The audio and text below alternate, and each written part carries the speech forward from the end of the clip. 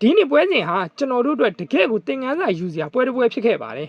အမှန်တိုင်းပုံမှန်လင်းလင်းပြောရရင်ခံစစ်ကိုအနှိမ်ဆုံးထိဆင်းပြီးပိတ်ကစားတတ်တဲ့ဒီလောင်ဘလော့အသင်းတွေကိုရင်ဆိုင်တဲ့အခါကျွန်တော်တို့တိုက်စစ်ကလမ်းပြောက်နေစေပါအထူးသဖြင့်အခုလိုပွဲမှာအမြင့်ဘောအားသာချက်ရှိပြီးပြိုင်ဘက်ခံစစ်ကိုဖိအားပေးနိုင်တဲ့ဆက်စကိုလိုကစားသမားကိုပွဲထွက်လူစင်းမှာမထည့်ခဲ့တာနီးပြူပါပိုင်းကကြီးမားတဲ့လွဲချော်မှုတစ်ခုလို့ဆိုရပါလိမ့်မယ်ဒီနေ့မှာတော့ကျွန်တော်တို့ဘာကြောင့်တရေကြခဲ့လဲဆိုတာကိုအပိုင်းနဲ့ခွဲခြမ်းစိတ်ဖြာသွားပါမယ်ဝဟန်ဤနီးပြူဟာပြင်ဆင်မှု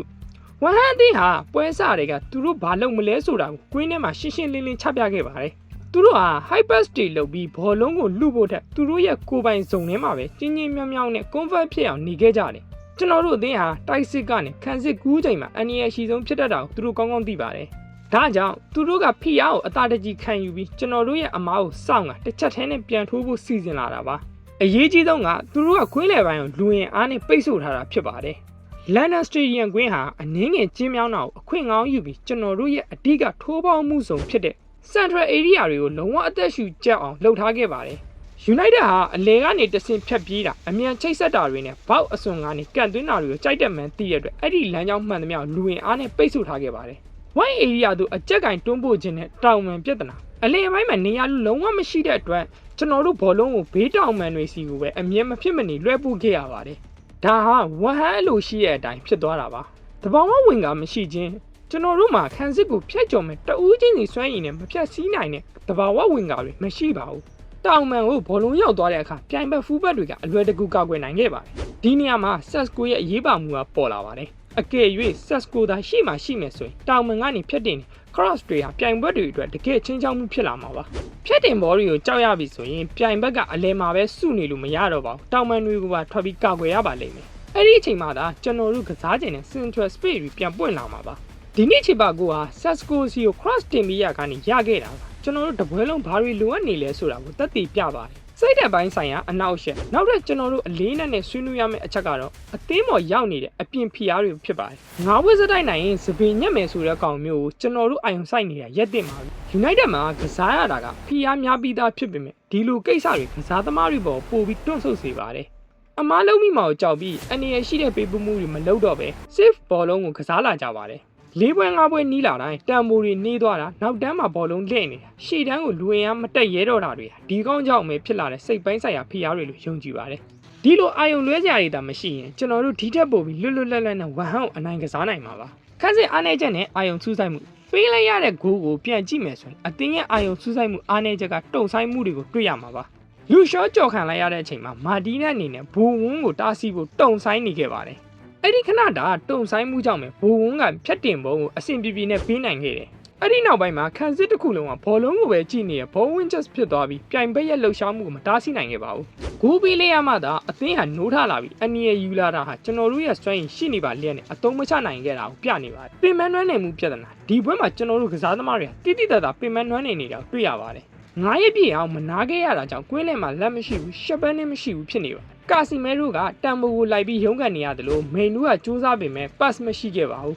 အရန်ခုံမှာပွဲရတန်ကိုပြောင်းလဲနိုင်ပေမဲ့မီဖီတာမရှိတာကကျွန်တော်တို့ရဲ့အားနည်းချက်ကိုမီးမောင်းထိုးပြနေပါတယ်လူစားလဲမှုတွေကနေ energy အသစ်မရရှိတာကအနာဂတ်မှာပြောင်းလဲလုပ်ရမယ့်အချက်တစ်ခုပါညီကုန်းချုပ်အနေနဲ့ပြောရရင်တရေကြခဲ့လို့စိတ်ပြက်စရာကောင်းမိမယ်ကျွန်တော်တို့ဟာလမ်းမှန်ပေါ်ရှိနေစေဖြစ်ပါတယ်အာဆင်နယ် CD Spa ဖူဝမ်တို့လိုအသင်းကြီးတွေကိုနိုင်ခဲ့တာကျွန်တော်တို့အရေးချင်းအစ်စ်မှန်ပါနွေရာသီမှာတော့ဘုံအနေနဲ့ square ကိုစနစ်တကျအားဖြည့်ဖို့လိုပါတယ်အထူးသဖြင့် white thread တွေပေးနိုင်တဲ့ winger နဲ့အရန်အင်အားကိုဖြစ်တင်ရပါမယ်အခုအချိန်မှာကျွန်တော်တို့အာယုံဆိုင်ရမှာစပင်ညက်ဖို့မဟုတ်ပါဘူးချန်ပီယံလိဝင်ဝင်ဆိုတဲ့ပန်းနိုင်ဖြစ်ပါတယ်အသင်းဟာနီးပြူအောင်စိတ်ပိုင်းဆိုင်အောင်အများကြီးတိုးတက်လာတာတွေ့ခဲ့တာမို့တညတဲ့နဲ့ပွဲညံ့သွားလို့စိတ်ထဲကျနေဖို့မလိုပါဘူးကျွန်တော်တို့အားလုံးစီစီလုံးလုံးနဲ့အနာဂတ်မျှော်လင့်ချက်ကိုကြည့်ပြီးရှေ့ဆက်ရပါမယ်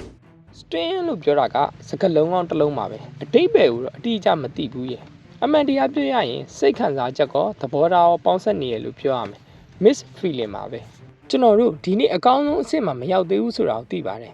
ဝဟန်ကိုလည်းချီးကျူးရမယ်သူတို့ကနေရာတချို့ကောင်းကောင်းပိတ်ထားတယ်အခွင့်အလမ်းတွေကိုလည်းကန့်သတ်နိုင်တယ်ဒါပေမဲ့ကျွန်တော်တို့အနေနဲ့ဒီတက်ပို့ပြီးကောင်းနိုင်တယ်လို့ယုံကြည်ပါတယ်ကစားသမားတွေကနည်းနည်းစိတ်မကျေနပ်ဘူးစိတ်ပြက်နေကြတယ်ဒါပေမဲ့ကျွန်တော်တို့အမြင်မှာတော့ဒါဟာကောင်းတဲ့လက္ခဏာတစ်ခုပါဘာလို့လဲဆိုတော့သူတို့ကကိုယ်ဆက်နှုန်းကိုမြင့်ထားပြီးဒီဆက်နှုန်းကိုမရောက်ရင်မချင်တတ်ဘူးဆိုတာပြလို့ပါနောက်ဆုံးမိနစ်တွေမှာဂိုးတကိုးလိုအပ်နေတဲ့အချိန်ဂိုးရယူနိုင်ခဲ့တာအကောင်းတဲ့အခိုက်အတန့်မှာ ကျွန်တော်တို့လိုအပ်ရင်အဲ့ဒီလိုပြင်ယူနိုင်နေဆိုတာကိုသိရတာလဲအပြုသဘောဆောင်ပါအဲ့ဒီအခြေအနေကိုမကြာခဏမသုံးညင်မှုဆိုပေမဲ့လိုအပ်ရင်လုံနိုင်နေဆိုတာသိထားအကောင်းပါတယ်အကြီးမားဆုံးအမြင်နဲ့ကြည့်ရင်ဒီပွဲကရမတ်တမတ်ကိုယူနိုင်ခဲ့တဲ့ဟာလက်ခံနိုင်တဲ့အရာပါပဲကိုတန်ရှင်းစွာသုံးသပ်ပြီးငါးပွဲဆက်ကာလအတွင်းကြည့်လိုက်ရင်တပွဲသာတည်ရကြထားတယ်ဆိုတာတော့အပြုသဘောကြီးတစ်ခုပါပဲဒါကြောင့်တကယ်တော့စိတ်ခံစားချက်ပေါင်းဆက်နေပါတယ်ကျွန်တော်တို့နောက်ဆုံးမိနစ်မှာခန်းစစ်3ယောက်ထားပြီးစွန့်စားခဲ့တာအမြဲတမ်းလှုပ်တဲ့အရာပါပွဲတဲ့ဟာတစ်ခုခုရဖို့ကြိုးစားတာအမြဲတမ်းတန်ပါတယ်လာမတ်ကိုချီးကျူးရမယ်သူ့ရဲ့1x1ကောက်ွယ်မှုနှစ်ခါရဲ့ကောင်းတာအတက်ကောက်ွယ်မှုကအလွန်အရေးကြီးပါတယ်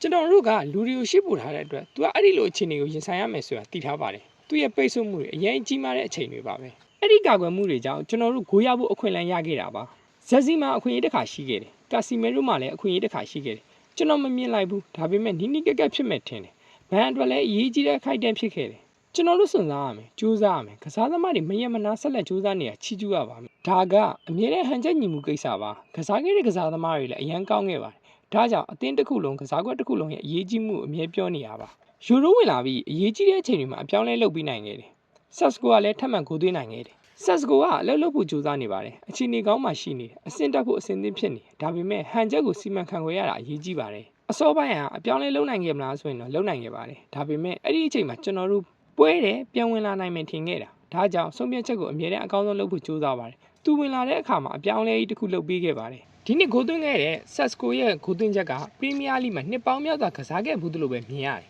အဲ့ဒီတောင်းကနေအဲ့ဒီလိုကန်သွင်းနိုင်တာအမခမ်းပါပဲအဲ့ဒီလိုဂိုးတွေသွင်းနိုင်ဆိုတာသူ့မှာရှိပါတယ်အခုမှထွက်ပေါ်လာတာမဟုတ်ပါဘူးအရင်ကတည်းကတက်တည်ပြထားပြီးသားပါလေ့ကျင့်ရင်မှလည်းလုပ်ပြနေပါတယ်ဒါကြောင့်အံ့ဩစရာမဟုတ်ပါဘူးနောက်ဆုံးပွဲကဂိုးကသူ့အတွက်အားဖြစ်မှုတစ်ခုဖြစ်ခဲ့မယ်ဒီနေ့ဂိုးကတော့စိတ်ခံစားချက်ကွဲပြားပါတယ်ဒါပေမဲ့သူ့အတွက်အသင်းအတွက်လည်းအရေးကြီးတဲ့အချိန်ပါပဲကူပီမိန်နူးကအမြဲတမ်း highlight မဖြစ်ပေမဲ့အလွန်အရေးကြီးတဲ့ကစားသမားပါကာစီမဲရိုနဲ့တွဲဖက်ကစားပုံအရန်ကောင်းပါတယ်တယောက်ကိုတယောက်ဖြည့်ဆည်းပေးနိုင်တယ်မစ်ဖီတာတယောက်အနေနဲ့အသင်းကိုချိတ်ဆက်ပေးရတာအရေးကြီးပါတယ်ဘောလုံးရှိတဲ့အချိန်မရှိတဲ့အချိန်နှစ်မျိုးလုံးမှာမိန်နူးကဘောလုံးကိုနေရာမရွေးလက်ခံနိုင်တယ်အသင်းတစ်ခုလုံးလည်းချိတ်ဆက်ပေးနိုင်တယ်နောက်ဆုံးအထိလှုပ်ဆောင်ချက်တွေမဖြစ်နိုင်ပေမဲ့လှုပ်ရှားမှုများစွာစတင်ပေးသူပါအခုချိန်မှာအသင်းပေါ်တက်ရောက်မှုကြီးတစ်ခုရှိနေပါတယ်ဝမ်ဟန်လိုလောင်းဘလော့နဲ့ကစားတဲ့အသင်းကခက်ခဲပါတယ်ကျွန်တော်လည်းဘေးမှာရက်ပြီးစောင့်ကြည့်နေတာသူတို့ကိုဖွင့်နေတယ်တိုက်စစ်ကောင်းကောင်းလှုပ်ချင်တယ်ဒါပေမဲ့အဲ့ဒီလိုအသင်းတွေကကောင်တာတိုက်စစ်မှာအရန်အနည်းရှိပါတယ်သူတို့မှာမြန်နှုံးရှိတယ်ပြန်တိုက်တာမြန်တယ်ဒါကြောင့်အလျကနေစွန့်စားပြီးရင်ဘောလုံးဆုံးရှုံးနိုင်တယ်တူတက်ဖို့ကိုစူးစမ်းရင်းနဲ့ပွဲကိုလည်းထိန်းချုပ်နိုင်မှုလိုပါတယ်ဒီနေ့မှာတော့တချို့အချိန်တွေမှာထိန်းချုပ်မှုဘက်ကိုပိုရွေးချယ်ခဲ့ပါတယ်